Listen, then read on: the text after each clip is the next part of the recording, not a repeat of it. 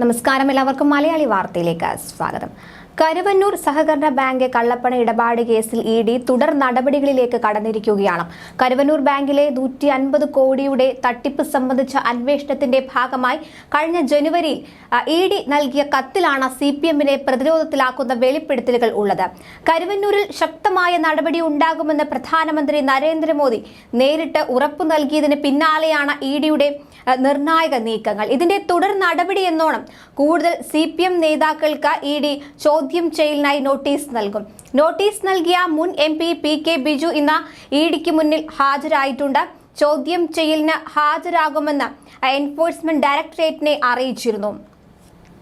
ഇന്ന് രാവിലെ കൊച്ചിയിലെ ഇഡി ഓഫീസിൽ ചോദ്യം ചെയ്യലിന് ഹാജരാകാനാണ് PK ബിജുവിന് നൽകിയിരുന്ന നിർദ്ദേശം. ഇഡി ചോദ്യം ചെയ്യട്ടെ എന്നാണ് അദ്ദേഹം ചോദ്യം ചെയ്യലിന് ഹാജരാകാൻ എത്തിയ വേളയിൽ മാധ്യമങ്ങളോട് പ്രതികരിച്ചത്.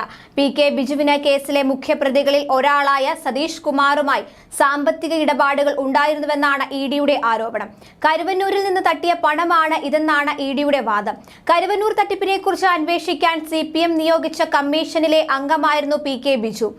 കമ്മീഷന്റെ കണ്ടെത്തലുകൾ സംബന്ധിച്ച റിപ്പോർട്ട് ഹാജരാക്കണമെന്ന് ആവശ്യപ്പെട്ടിട്ടും ഹാജരാക്കാത്ത സാഹചര്യത്തിൽ കൂടിയാണ് ചോദ്യം ചെയ്യാനുള്ള തീരുമാനം.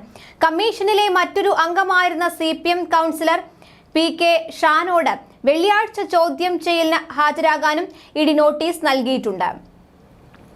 അതിനിടെ CPM ജില്ലാ സെക്രട്ടറി MM വർഗീസിന് വീണ്ടും ഇഡി നോട്ടീസ് അയച്ചിട്ടുണ്ട്. ഇന്നലെ ഹാജരാകാൻ നിർദ്ദേശിച്ചിരുന്നെങ്കിലും തിരഞ്ഞെടുപ്പ് ചുമതലയുള്ളതിനാൽ ഈ മാസം 26 വരെ ഹാജരാകാൻ സാധിക്കില്ല എന്ന് MM വർഗീസ് അറിയിക്കുകയായിരുന്നു. അതിന് തൊട്ടു പിന്നാലെയാണ് വർഗീസിന് വീണ്ടും നോട്ടീസ് അയച്ചത്. കരുവന്നൂർ സർവീസ് സഹകരണ ബാങ്കിലെ കള്ളപ്പണ ഇടപാട് കേസിൽ ഇഡി അന്വേഷണം തുടങ്ങിയിട്ട് 1 വർഷത്തിലധികമായി. 4 പേരെയാണ് കള്ളപ്പണ കേസിൽ ഇഡി ഇതുവരെ അറസ്റ്റ് ചെയ്തിട്ടുള്ളത്.